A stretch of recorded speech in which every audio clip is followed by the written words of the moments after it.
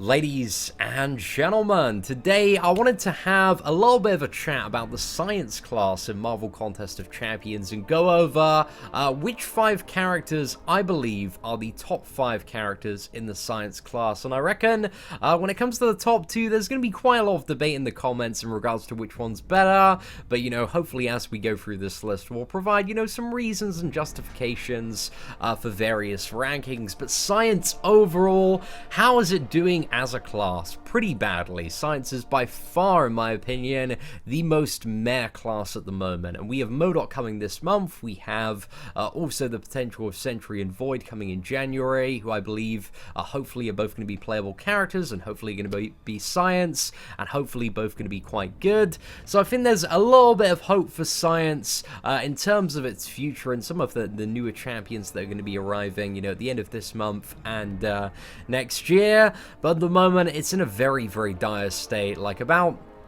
50% of the champions in this class, whenever you pull them, you just have the reaction of meh, and like the other like 30% or so you go kind of, oh, that's okay. It's nothing that you're super excited about.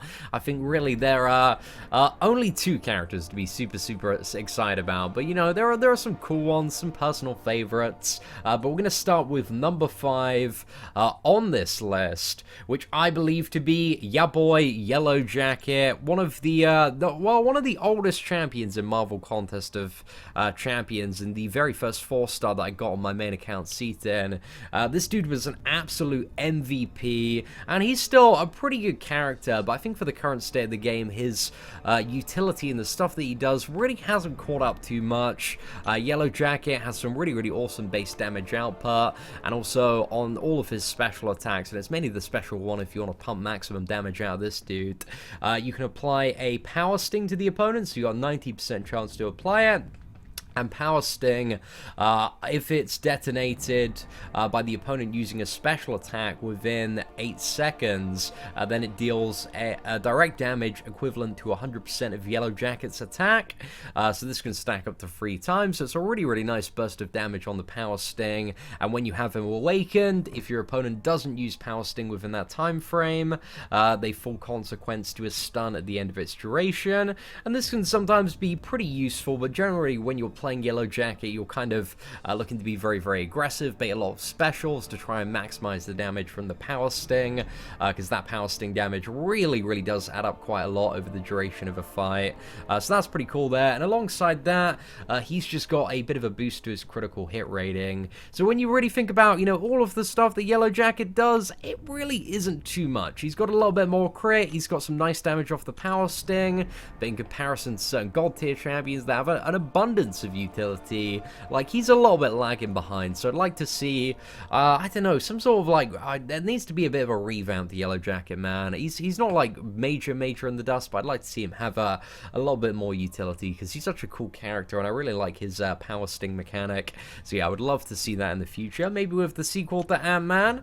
I'm not too sure, they might give a little bit of love, but who knows, boys, who knows. Anyway, we're gonna move on to champion number 4 on my list, which was, he was the MVP character on my free-to-play account for the longest time, and I have grown so much appreciation for the classic version of Spider-Man. Like, his base damage output when this character is unawakened is just absolutely phenomenal. Like, he has one of the highest crit chances and crit damage rating multipliers in the game, just off the base. So if you get this champion like as a 5-star, the damage is just absolutely awesome straight from the start. And also Spider-Man, while not being Starkanaut, Spider-Man is a super fun character to play. He also has additional chance to boost crit on his special attacks. Also, critical hits have a chance to apply an armor rating reduction. He has a little bit of a weakness as well on his special 1. The special 2 ignores a bit of additional block proficiency, which to be honest isn't too useful, but one of the main uses for Spider-Man especially in the current state of the game, is just his awakened ability gives him a passive evade chance, which I believe goes up to 25% at dupe level 99, and this just makes him a really, really annoying character to fight, especially if you are either on a stun immune node or an unblockable special 1 node, because a lot of people still really suck at evading SpiderMan special 1, so it makes for a fantastic defender, and that's kind of a same additional use as Yellow Jacket, because Yellow Jacket on unblockable special 1 tends to trip a lot of people up in kind of the mid to, well, anywhere between kind of, you know, the mid to low tier alliance wars right at the top. A lot of people know how to play around Yellow Jacket specials, but especially mid game, like unblockable special 1 Yellow Jacket can really, really mess people up. But same with Spider-Man, they're really, really great champions, but between the two of them, like, they deal roughly about the same damage, but the reason Spider-Man is slightly higher than Yellow Jacket, in my opinion, is just the fact that he makes for, you know, a much more effective defender on Alliance War, just on pretty much any node, man, with his evade. Very, very annoying champion. And then the next champion that we have on the list, which is the number 3, we have your boy Captain America. And I'm going to say Captain America both because they're very, very similar in terms of the characters.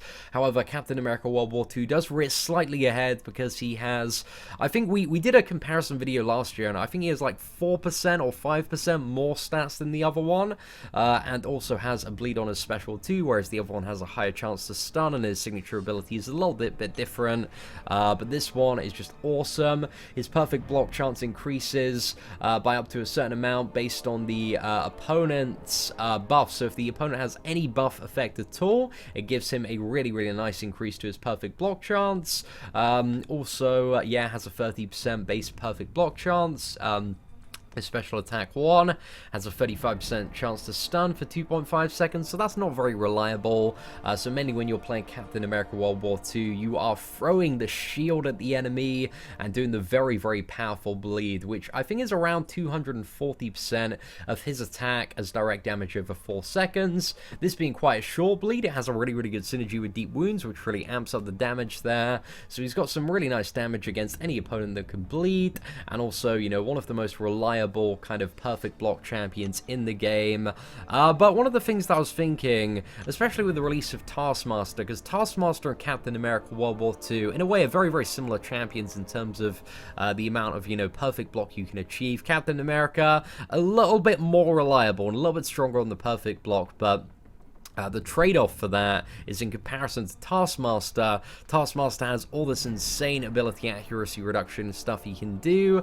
So yeah, I think Taskmaster overall is when he becomes a little bit more of a common champion. I feel like a lot of people are going to choose to play a character like Taskmaster in a lot of scenarios in comparison to Captain America, because especially versus some of those really annoying Mystic matchups like Magic and Juggernaut, like that ability accuracy reduction is just absolutely fantastic for negating like unstoppable procs and limbo.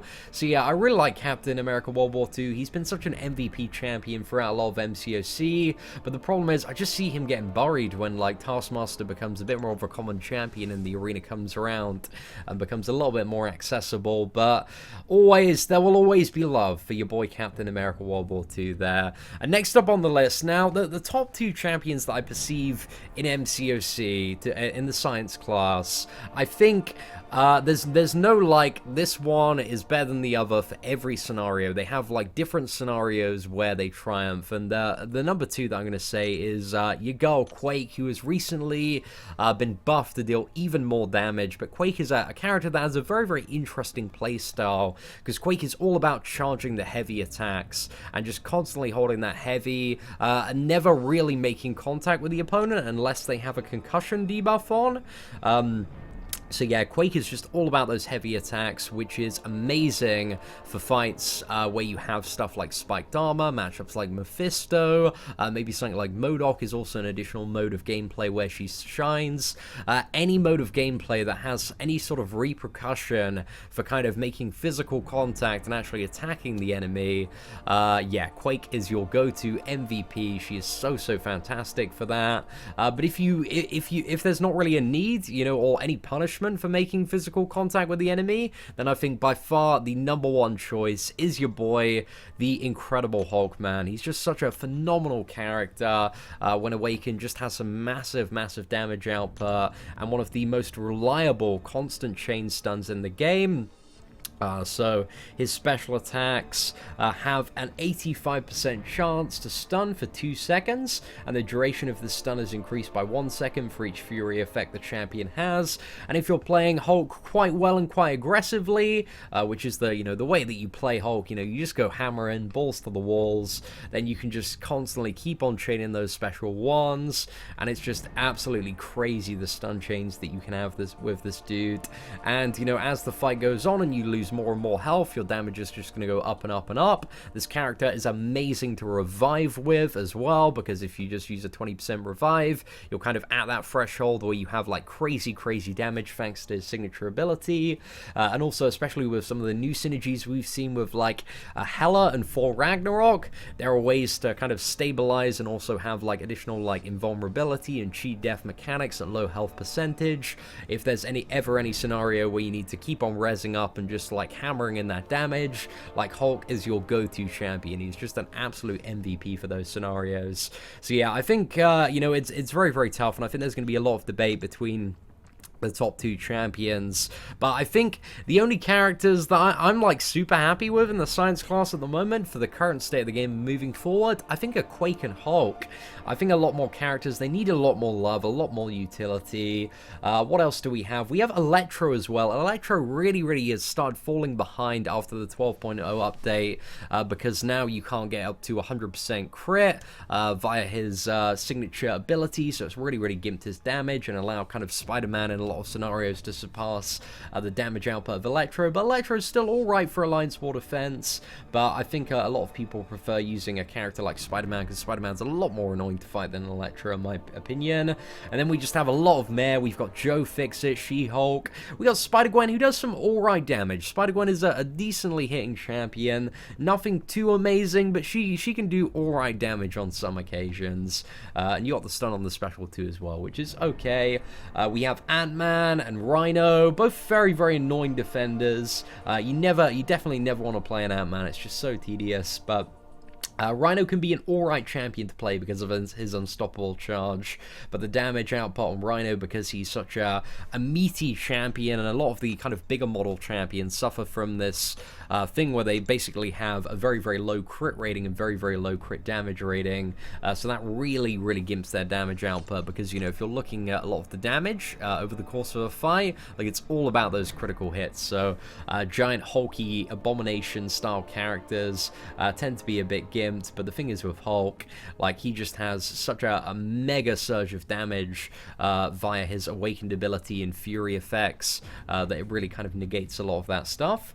And then we also have like Red Hulk down the bottom, just above my head there, just a really disappointing champion in terms of his damage output potential, very meh. Then we got Spider-Man Miles Morales, who's a pretty good cool defender, bit annoying to play because of his auto evade. The same could be said about Spider-Man when awakened, but Spider-Man Miles Morales, he's alright for Alliance War defense, and he's an alright character. Just to get unduped, because you rank him up and put in Alliance War defense and he'd probably cause a few problems on some unstunnable nodes for people. Then we have your boy Luke Cage, who is just Mr. Pillow Hands himself. Doesn't really do too much on Alliance War defense, is maybe okay on a flare node in Alliance War defense, like as a defender, because that indestructible, man, that's like 5 seconds, that's guaranteed 10% health right there, plus his resilience, man, that's gonna make the opponent like fight longer. So I don't know, maybe, but I guess once you got Blade, that's still a pretty easy matchup.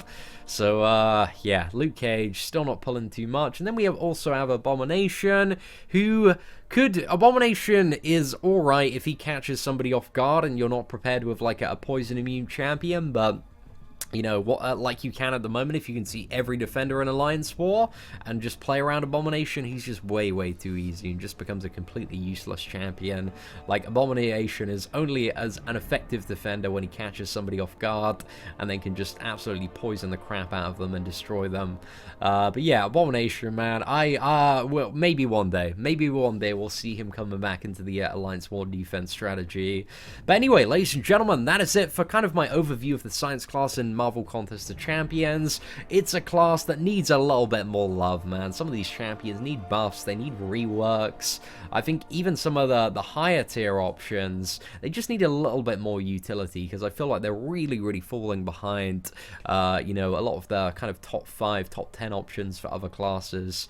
But anyway, ladies and gentlemen, let me know what you think of the Science class. I imagine, like, in a month and a half's time, this list is going to look incredibly different. I reckon MODOK is going to be pushing. MODOK, Sentry, and Void, I reckon are all going to be top 5 Science characters. So I expect, you know, those 3 champions to take the place of Captain America, World War II, Yellow Jacket, and Spider-Man.